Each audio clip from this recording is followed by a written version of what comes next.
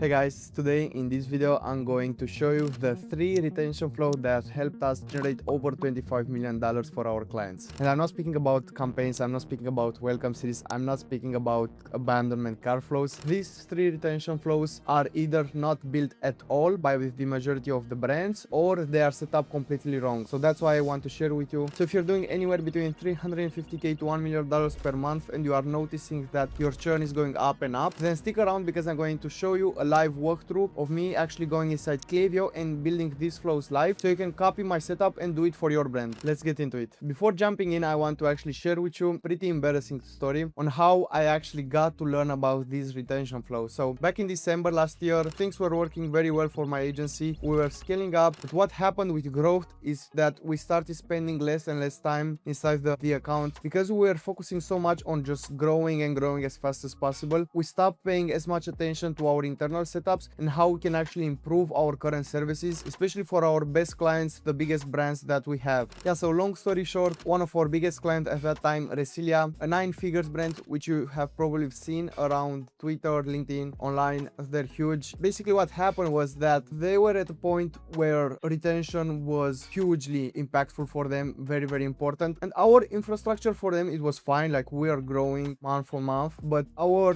retention at that time wasn't the best. And obviously for a brand of this size, it's very important to have a really solid retention setup. So we parted ways because of this, and that also motivated me, and I promised myself that no matter what, I don't want to see any other client leaving us because our inexperience in setting up retention systems and flows for them. And in order to really master retention, I knew that I need to go to experts and pay for their experience so they can actually show me their funnels. So what I did was start searching for the best 9 and 10 figure CMOs, and I started paying them so they can teach me more about retention and how we can actually implement more retention systems inside our agency. That's what I'm going to be sharing with you right now. Just to be clear, these flows that I'm going to be presenting to you work for any type of subscription brand. It doesn't matter if you're selling testosterone booster, if you're selling dental kits, if you're selling products for pets, it doesn't matter. If you're implementing this, what I'm going to be telling you from now is that you're going to be seeing a massive improvement in your brand. What you could expect for the churn is to decrease by anywhere between 5 to 20% if you're setting up this correctly. And then for retention, you could expect to see a similar growth, especially if you're going to be implementing the second flow that I'm going to be sharing with you in a moment properly. The first flow that I'm going to be sharing with you is one that all the biggest companies out there are using it, and you are not even noticing it. I'm speaking about Amazon, Netflix, Hulu, all the big platforms, Spotify, all of them are using it, and I'm going to be sharing with you in a moment. I decided to start with this one because I truly believe this is going to have the biggest impact in your company if you're setting it up today, especially if you have no setup whatsoever. And it's not only the easiest to set up, but it's also the most impactful. And the flow that I'm speaking about is the Dunning flow. What it means is that every single month you're going to have a chunk of your subscribers actually not having money on their account, or possibly moving it, their card getting expired. They're not hating your brand, they don't want to leave, it's just a temporary thing for them. And that's why we actually need to have this Dunning flow set up, and I'm going to be sharing with you how you can set it up on your backend with the settings with the subscription app. And just to be sure of it, all subscription app have these Dunning settings. And then I'm also going to go and share with you the email flow setup for the Dunning, how we have it for our 8-figure clients, so you can actually copy it for your brand. You can think about the payment recovery setup as Batman, and then the Dunning flow as Robin. They're great heroes on their own, but they work the best together, and that's why I want to share with you both so you can actually implement them at the same time. And again, these customers don't hate your brand, they don't want to leave, they actually might be enjoying the product. It's just a temporary thing that could happen in their life, as it happens with all of us. That's why it's crucial to have this flow set up. And this setup, you can probably see the ROI here of having it, because if without having it, all of these subscribers are actually gonna churn, and again, you are losing on people which might actually love your brand. So please pay close attention to what I'm gonna be sharing with you in a moment. So here's the exact build out. I'm gonna first start with the payment recovery settings inside Skio. You could be using whatever app, these also are gonna apply for you. It doesn't matter if you're on Loop, Recharge, Seal, Skio, these are more or less the same for all of them. So let me share with you. So here you guys are gonna be able to see that I'm inside the payment recovery tab, and here you will see how we have it set up with our retry phases. I'm gonna explain this right now to you. Firstly, our first retry phase lasts 8 days. So we have 4 billing retries, 1 billing try happening every single 2 days. That's the first phase. So now we have the second retry phase. Here you see that we have every single single 3 days a billing temp retry. This will last for 15 days. And then we have the last one, which also lasts 20 days. This one has 4 billing retries happening every single 5 days. And here we also like to give an automatic discount at checkout. This is more because by this time something might seriously be wrong with the subscribers. In the majority of cases, they don't want to continue their subscriptions, because if they wanted, they would have already paid with the other retry attempts that happen in the first 2 phases. We need to give an incentive here. That's why we have a 10% code. I recommend you to do the same here. This entire dunning, payment, recovery, you can call it whatever you want, setup lasts around 45 days. So yeah, it's plenty of time for that subscriber to actually put money on their account or fix their card details, whatever that would be. This also assures you that you're gonna be able to get back as many failed payments as possible. Now also let's look at what we have for dunning, because as I've said, these two work in tandem. You need both. So what I'm gonna be doing right now is open a client account so you can see directly inside Klaviyo, and also see that I'm not bullshitting. We are actually using it inside our brands. Just a quick disclaimer, you can go as crazy as possible with this one. Like, you can make it so long, you can make it shorter. What I would recommend to begin with would be to only have 3 emails set up for your dunning, and I'm gonna be sharing with you why. Okay, so I have opened Klaviyo. As you can see here, I have the dunning flow opened up. You see here that we're using Loop for this client. As I've said, these settings that I've showed you, and this setup works for any type of subscription program you're using. And what we are doing here is that, as you can see here, it says that billing retries left equals 9. Why I'm doing this is because I would like to call the first billing attempts softer attempts, where usually the attempt by itself is gonna fix it. That's why I don't really want to send an email about it.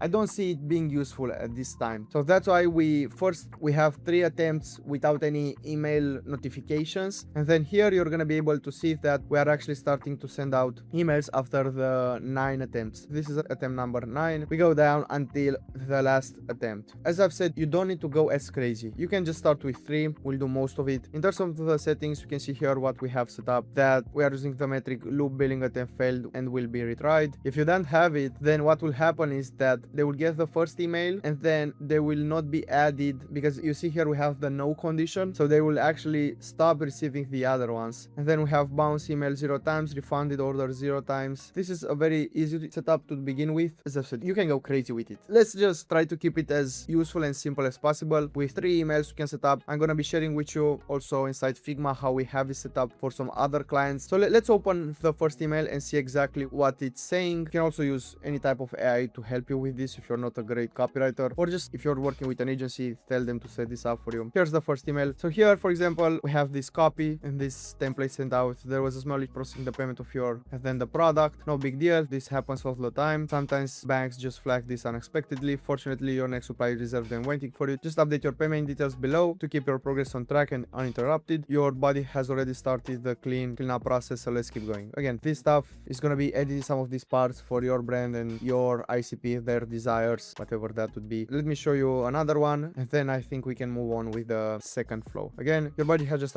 adapted to our and then product. By now, the process of clearing out the gunk and feeling lighter has started. So this is like pain point. But if this order doesn't go through, the process starts before it has time to really lock in the benefits. Most guys, and then here you can say girls, doesn't matter, who feel a real change, say that consistently through this phase. So here you can change depending if you're selling to men or to woman. Then you're still exactly where you should be. We're just making sure you nothing interrupts it. So update your billing. What you can notice from these emails, and what I would recommend you guys to do also, is to not be very harsh, especially on the first attempts. As I've said, people have issues in day-to-day life. Just try to be softer on the copy, and then you can be more aggressive with the latter ones. You can also give discounts if you like to do that. We do that inside the subscription program directly, but you can also do on the emails as well. I hope the dunning setup was helpful to you. Now that we're done with dunning, I want to present to you another type of churn, which is way more harder to actually observe and notice before the person actually leaves your brand. So this is way more dangerous, I would say, than the active churn that's happening with your dunning, and I would like to call this passive churn. That is why the second flow is designed to stop that. Before uncovering it, if you like to get a dedicated look under the hood of your Klaviyo account and get a real retention audit by me directly, please click the link in the bio. Please pay close attention to the next flow that I'm going to be sharing with you, because this one is the most impactful if we are speaking strictly retention wise. If you have this set up correctly,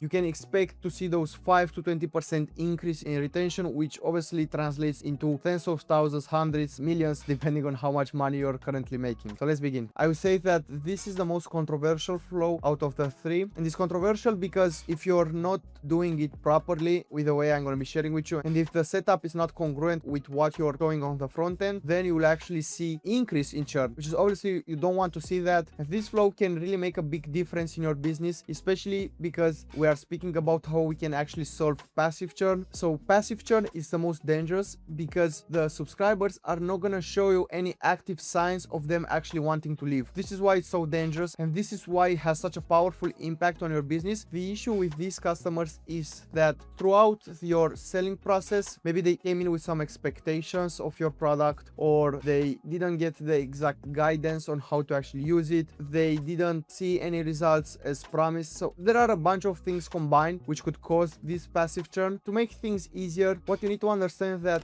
the sole purpose of this flow is to help customers meet their expectations with your product. It's funny actually that last year, before I truly understood how this flow works and how to set up properly, I wasn't really pushing it as much on clients as on the clients where I was pushing it on. They were like, shouldn't we just not tell them or remind them about their subscription? And I think that was something, and it was a solid argument on why this shouldn't be made live. But here the issue is that what you're doing is that you're playing a very dangerous game of trying to hide the subscription for your customers. By just the look of it, you can imagine how bad this is on the long term. Obviously, if it's not done properly, as I've said, it can hurt you. But after the clients told me that, I was thinking about it as a car with a check engine light. You can drive that car, it works, until all of a sudden it just stops, and then you have bigger issues to solve. And as you will see, with the proper setup, you won't have to worry about your churn going high and high. You'll have the right templates and ideas in mind, structures that will allow you to increase your retention rate, give your customers a better experience overall using your product, and possibly also having them come back, buy other SKUs from you, or even leave very good reviews on Trustpilot. So firstly, we're gonna go inside my Figma account, and then here we like to call this flow the retention flow. You can also call it nurturing, whatever that would be. The naming isn't as important as the content that's inside it. So here I have some of our previous clients. Let's look over the copy. Here you can see, for example, this is a testosterone booster product, and we are using the angle of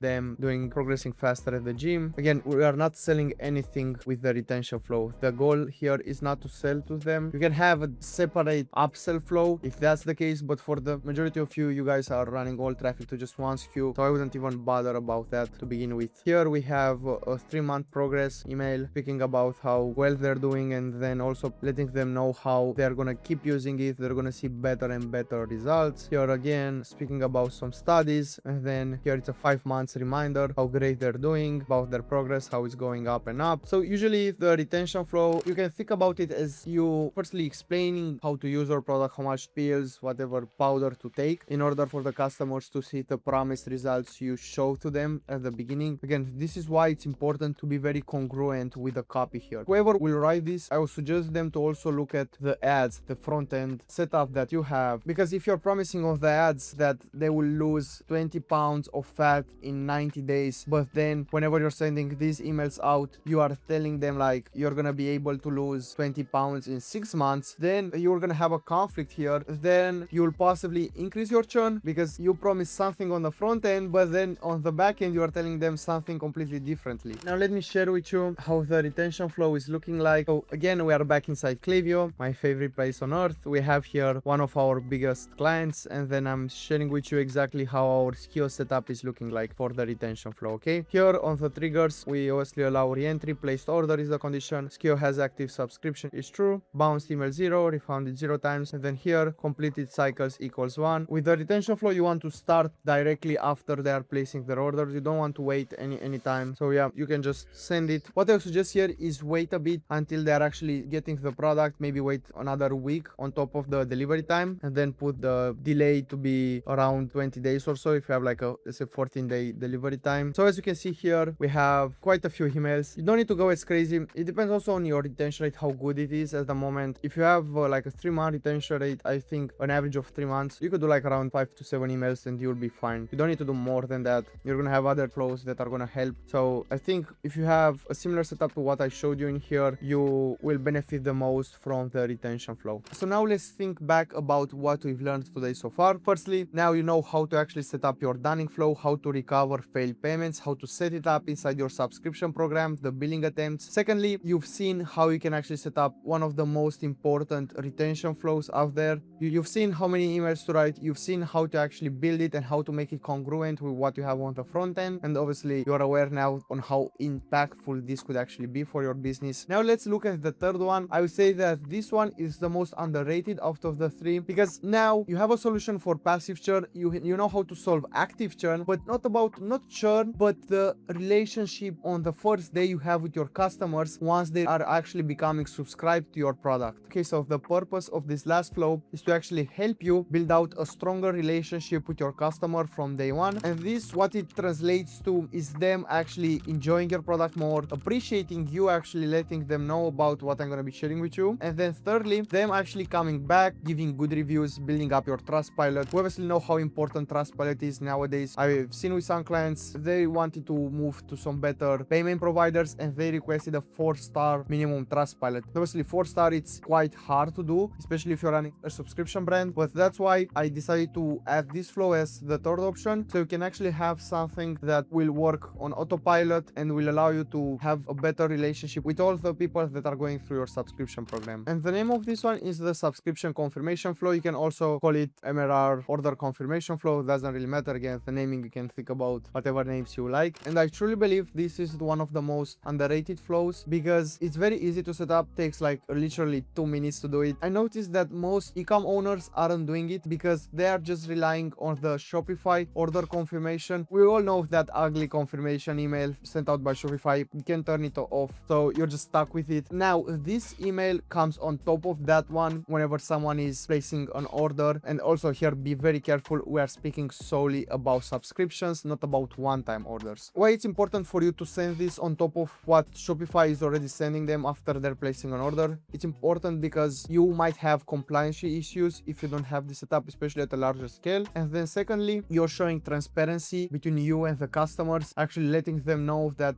they've enrolled in a subscription. Again, this might sound bad for your retention rate. You might think, oh, they're gonna get mad at me and they're gonna cancel right away. That's not gonna be the case, and I'm gonna be sharing with you how you can actually build this so they're gonna be happier after you send them the email and they're gonna really appreciate your transparency. This is more important than ever to have on, especially with all the black hat guys doing all types of sneaky subscriptions, all those VIP clubs, everything happening out there. If you are transparent with your subscribers, you will see that over the long term your relationship with them is gonna get better, and then you are gonna have more to lose than to win. And if you don't think this is important, I would advise you to actually go inside Trustpilot, search for any type of 7 to 8 figure brands that have an active Trustpilot account and see what the majority of bad reviews are saying. I've done this for clients. We have Trustpilot programs for them on top of the retention. What we've noticed is around 70 to 80% of cases, subscribers are just unhappy that they enrolled in subscriptions without actually knowing about it. Obviously, we know how these funnels are currently working with subscriptions being automatically turned on. I see some brands not even giving the options of doing one-time orders, which is fine. I guess you have the right setup on the back end. Again, customers are unhappy that they get billed for their second month and they actually didn't thought that they are in a subscription. Now, it's very important to understand that for this specific flow, you need to be very, very careful with your wording. I've told you for those two as well, but I would say from all three, this is the most important. Copy must be in place here. You need to have a really good strategy. I'll show you in a moment how you can actually set this flow up so it's not in their faces as much. You're not going to push the information of the subscriptions. You're not going to be like, hey, you have a subscription going, we're going to be charging you every single 30 days or 28 days. Like, you're not going to do that. And that's why I'm saying how important copywriting is and why it's important for you to actually look at what I'm going to be sharing with you in a moment so you can actually understand how to write it so it's congruent with your brand, and then also it doesn't ruin the relationship you build with your subscribers. So I'm back in Figma. I will share with you some of the previous subscriber confirmation emails we've created for our clients so you can get a hang of it. So here, guys, for example, for one of our clients, what we did, we obviously thanked them for the order and then told them how appreciative we are, already explained to them how much of the product they should be taking to actually see results, and then telling them where they could start